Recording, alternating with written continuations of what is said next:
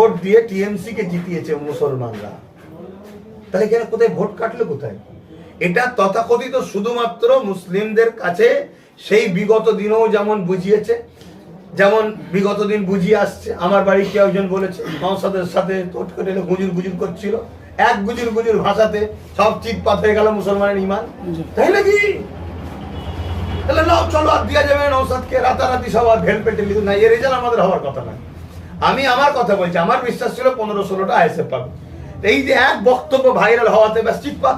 যদি আজকে নওশাদে 15-16টা হতো, এই মুহূর্তে নওশাদ ঢাল হয়ে দাঁড়াবার জায়গায় কিন্তু চলে যেত। এই যে মুসলিমদের মধ্যে থেকে কেউ একজন উঠুক, দেশের জন্য কাজ করুক, জাতি ধর্ম বর্ণ নির্বিশেষে হিন্দু দলিত আদিবাসী শিখ পাঞ্জাবি খ্রিস্টান প্রত্যেকটা শ্রেণীর পিছিয়ে পড়া মানুষের হয়ে মুসলমানদের মধ্যে থেকে কোন একটা ছেলে উঠে নেতৃত্ব দিক, এটা আমার কওমের একদল গাদ্দাররা চাইনি।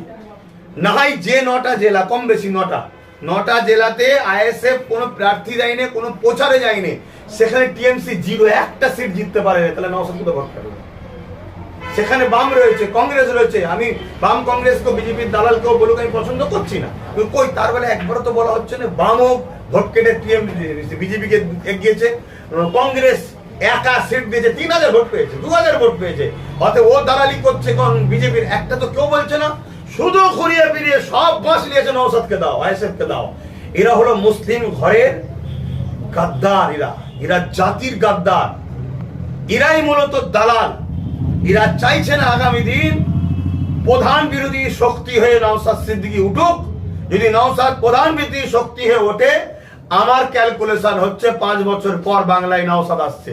কি বলেন কেন? উত্তরপ্রদেশে এসসি এসটিরা যোগীর হাতে সব থেকে বেশি আক্রান্ত মুসলমানের থেকেও। আমি চ্যালেঞ্জ করছি, ডাটা তুলুন, আমি চ্যালেঞ্জ দিচ্ছি, নিজের জীবনকে বাজি লেগে চ্যালেঞ্জ দিচ্ছি। উত্তরপ্রদেশ, গুজরাটে, আসামে মুসলমানের থেকেও এসসি এসটি সম্প্রদায়রা বেশি বিপদে। কিন্তু মুসলমানেরটা এই রাজ্যে, বিভিন্ন রাজ্যে প্রচার হয় কেন? মুসলমানের ভোটটা লিবে বলে সেকুলার নামী ভণ্ড দলগুলো মুসলিমে অ্যাটাক গুলো বেশি প্রচার করে, এসসি এসটিদের উপর জুলুম গুলোকে প্রচার করে না। মণিপুরে গত 7-8 বছর ধরে হত্যা লীলা চলছে, রেপ চলছে, খুন চলছে এই বিজেপি শাসক আমলে। একটা তার বিরুদ্ধে কোন তথাকথিত সেকুলার দল প্রচার করেছে দেখেছো? কেন কোথায় করে না? মণিপুরে মুসলমান নেই তাই। মুসলমানের ভোটকে নিতে হবে, এজন্য বুঝাও যোগী মারছে, ও মারছে, ও মারছে, এটা প্রচার করে। তাহলে আমার রাজ্যে এসসি এসটিরাও আগামী খুব শিগগিরই যারা নাচছে দেখবেন, এরা বিজেপির হাতে আক্রান্ত হবে। বিজেপির হাতে যখন আক্রান্ত হবে, আর নওশাদ যদি বিরোধী দল থাকে, তাহলে তারা আসবে কোথায়? তাহলে নওশাদের হাতে যখনই আসবে, নওশাদের পাল্লা ভারী হচ্ছে না কম হচ্ছে? তাহলে এর পরে সরকার কি হবে? তাহলে একটা মুসলিম ছেলে নেতৃত্ব দেবে, আমার জাতের গাদ্দাররা চাইবে, তাহলে অন্য কোনো লোকেরা চাইবে কেন? অন্য লোকেরা চাইবে কেন? এটাই হচ্ছে বিজেপি কৃষ্ণের চাল, এটাই হচ্ছে টিএমসি চাল, আর এটাই আরএসএস পুরো ঠান্ডা ঘরে বসে প্ল্যানটা তৈরি করছে।